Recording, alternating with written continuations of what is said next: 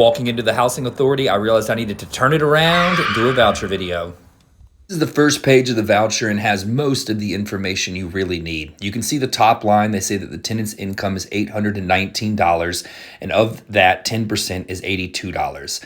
The second line is the rent to look for, $1,040, and the next few lines back into how they got that price. The third line, they recognize that a two-bedroom is worth about $1,203 in the area. They then subtract $246. This comes as a utility allowance towards the tenant that Section 8 will pay. So then towards the landlord, they will pay $957. They then add the $83 that you see at the bottom to make it around $1,040, of which $957 Section 8 will pay, $83 the tenant will pay. So you see here, top Section 8 rent doesn't mean top of the market rent. It just means top of what this tenant can afford. And this way, this is a pretty good looking voucher because the tenant's portion is very small and they have a high utility allowance. And this is the second page of the voucher. And yes, it's a different voucher than the one we just saw.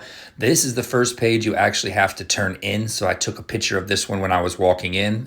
And it basically lays out that amount they think can get a 4 or a 5 bedroom. Then it asks if pets are allowed, what the pet fee is, what the late fee for the non-payment of rent is, and then finally an email for the owner or the management company. You can see that we use our management company. Third page, this is the comparables page. Since it's a house, it's hard to even really fill this out, but like on the 32 unit, it's pretty easy. We just pop in there at the top units we've rented out at the similar price. The next page is very important because it lays out the details of the house and the amenities that you are providing or the house is providing to the tenant.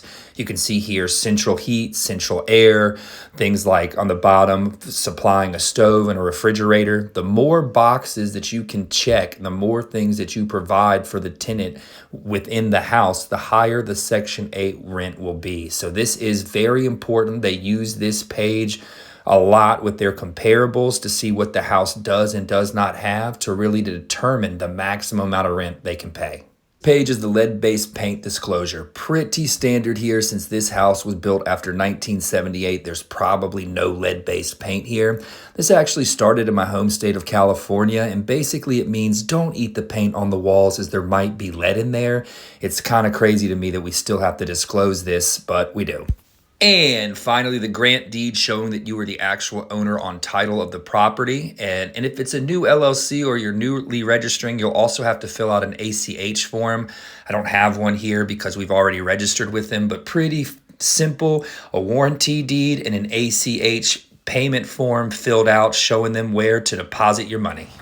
Right, now that we got our paperwork together, it's time to turn it in.